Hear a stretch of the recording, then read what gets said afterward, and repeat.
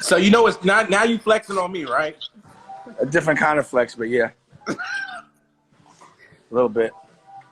I'm living a good life. I'm happy. Is that a Warhol? Did you just pass the Warhol right now? This nigga service.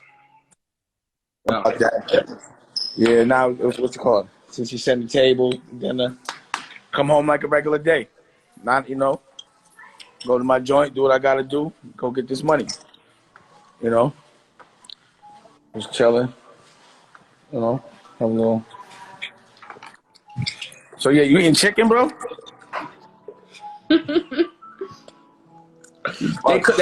They cooked me dinner. I couldn't say no. Yeah, I can't. I'm vegan, bro. I can't do it. I just talked to my mom about going on like an alkalinic diet, and I think I'm about to start. Like go straight like raw. Are you raw? No, man. I'm just not eating anything that could take. Like I don't know. I just can't do it. You know what I'm saying? I can't. I don't even want to do eating, so I don't even want to do that too. Yeah. I can't do it. Anyway, where were we at? We were just all I'm talking about is being efficient when everyone else is frozen, having the ability to move, having the ability to inspire, and having the ability to be creative. And then we were also talking about the fact that a guy like you, no one's gonna help you. That's gonna be in competition with you, because then you're gonna expose. But at the end of the day, you're a creative guy, so no matter what, you're gonna win. Can we talk about the movie? Because I know you're doing films. You just put out a movie.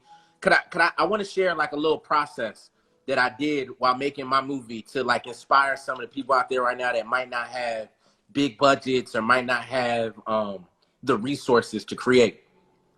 So I was working on an album, right, called Times I Made Girls Cry.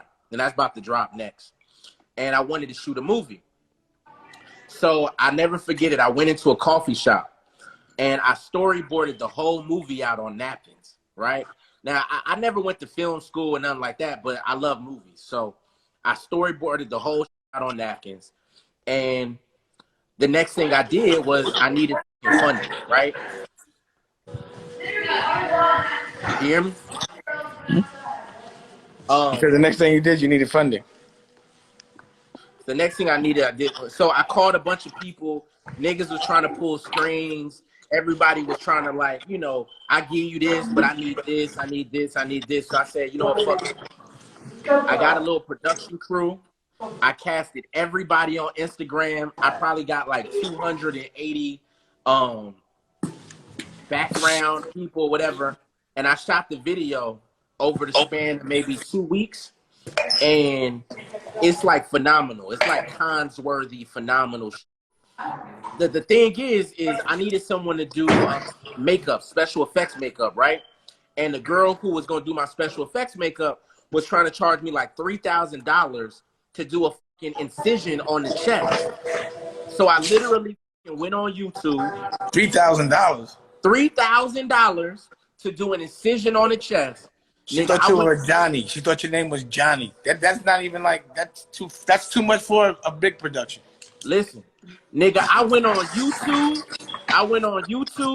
and I went to the art supply store and I did it myself. Cost me $30 in material.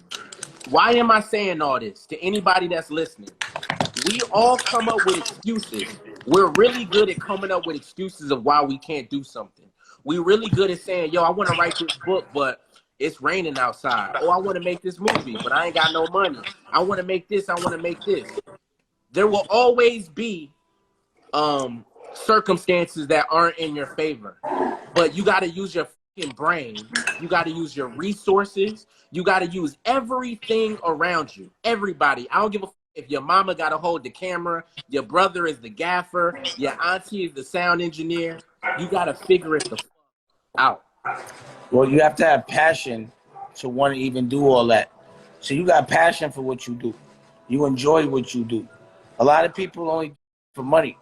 So if you're doing something or have to figure something out because you enjoy it, it don't feel like work, and no one should have to push you and nothing should stop you. If you didn't enjoy what you were doing, you would have stopped. If you was only doing it for money, you would have said, cool, I won't do it. But when you want something, you do anything for it and you enjoy it.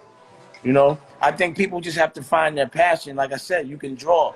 So doing a storyboard is nothing for you. Like, you know, so you enjoy it. You enjoy the process. That's why I like making movies. Yo, Dan, let me tell you, yo, my it. ex-girlfriend, like my ex-girl that I was with for 6 years, she seen me on Instagram and doing my storyboard on napkins. She called me a bum. She called me up. She said, "You a bum, nigga. I see you over there doing your storyboard on napkins, nigga. You ain't da-da-da." I want her to see the film. The film looked like I put $500,000 into it. But the question is, the girl that said that, has she ever made a movie before? No. Maybe I've seen Abel Ferrara do storyboards on napkins, bro, and budgets. Yeah. So like anyone, like a filmmaker would never say that. So, you know, that's why you'd say you're speaking a different language. Yeah. You know, it always, you know, it depends on the person delivering it. If they're like someone that's never done something, you know, I tend to know that they're doing that because they're overcompensating because they're insecure. They just want you to feel what they feel. But how do you visualize when you know what you want to do? How do you visualize what you want to do? I visualize it. I go to. I'm a time traveler. I go to the future and I think about what it's gonna look like and how I want it to be, and then I figure out what I gotta do to get it and what things I have to avoid that are gonna slow me down. So hold on, we got to talk about that. You got the where's the filters? You got the filters? Sorry, I've been smoking with bum filters. Like I was using like the back of anything for a filter for a second. It was stuck. Sorry about that. What were you saying? So I want to talk about something. I want to talk about time. Ooh, how time is an illusion.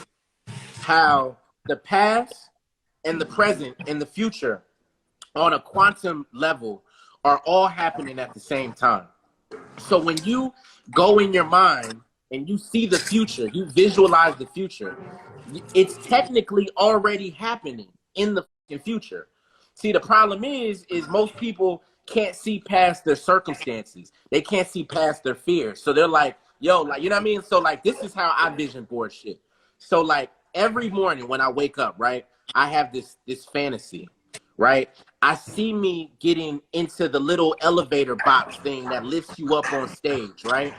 I see the Staples Center packed out.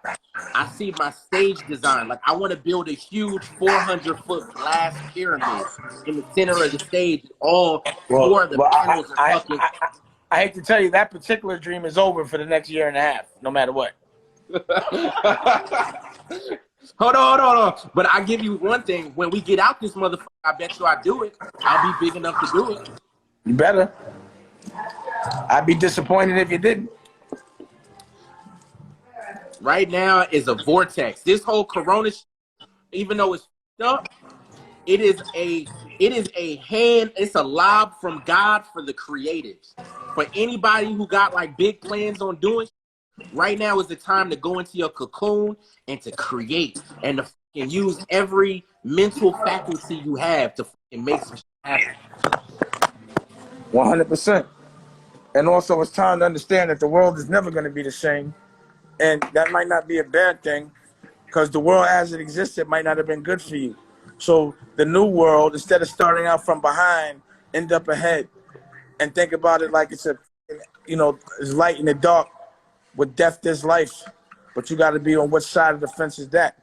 And you got to make sure you have answers for everyone that has questions. Because if you're having the questions, then you got to listen to the people with the answers. So figure that shit out now and start practicing and go hard. You know what I mean? Because most of the people that were powerful don't have as much power in this moment. So now there's no excusing. It's a level. The field is level. Everybody like celebrities now have to do shit from their house. You know? And you know what's funny? Now that they got to work from their house, I got cameras and I can work from my studio. You know? So now, again, we're going to see who's the most creative from the house. So you're going to kill them because you're used to being creative without having all the resources everyone had. They're not used to it, like you said. So now's the time to take them alone. Assalamu alaikum. Shalom. What are we doing right now? Doing the content creation. Yo, you reading any books right now? Yo, is there a joint? Yeah, I'm reading this book, The Crack Era. See it? The curve. What is it called? It's backwards. What's the question? Oh yeah. Well, just. The Crack Tower. It's called The Crack Tower. By Kevin Come here. Childs. Yo, somebody got a question for you. Wait. Wait. You got lighters? No, not that. That's okay. Whatever. Yo, thank you. You know, today we're world premiering OG Stories on my television network on DDS. And Well, tell us about him. hang on, let me go there. What are OG stories? It's where I sit down with real OGs that I know personally, and I ask them certain questions that most aren't allowed to ask, and they get to tell their stories from an authentic perspective. It was supposed to be on the We channel, but when I slapped E1 with a lawsuit, you know how they do, they stick together. So I said, y'all, I put it on my own network, and that's what I did. So instead of complaining about somebody just asked a question that's super important in these comments. What's the How question? do you start your day? Can you walk us through when you wake up? How do you start your day? All right, so look, I'm gonna show you something that's real intimate.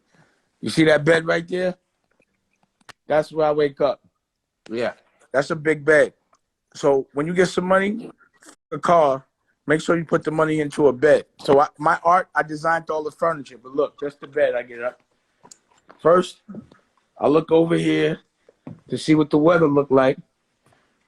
Then I look at my phone to see what my blood sugar is. Then I get up and brush my teeth because my breath stinks because I was smoking the night before. I don't like that. Then I go smoke a joint. Then I go look at all the news that's going on, but this is usually around 6 in the morning. You know what I mean? 6, 7 in the morning. Yeah. Then I smoke another joint. Then I go with Rocky for a second, see if she's up, but usually I'll try to go and hit the gym downstairs, hit the bag for a little while, work out. Then, oh yeah, let me stun on you a little more. So then after I work out, Your camera's frozen. Yo, I think it's your service. My shit is full bars. all right, I'll just stay right here. I don't know. If you want another amazing video with the one and only Dame Dash, check it out right there next to me. I think you'll enjoy it. Continue to believe, and I'll see you there.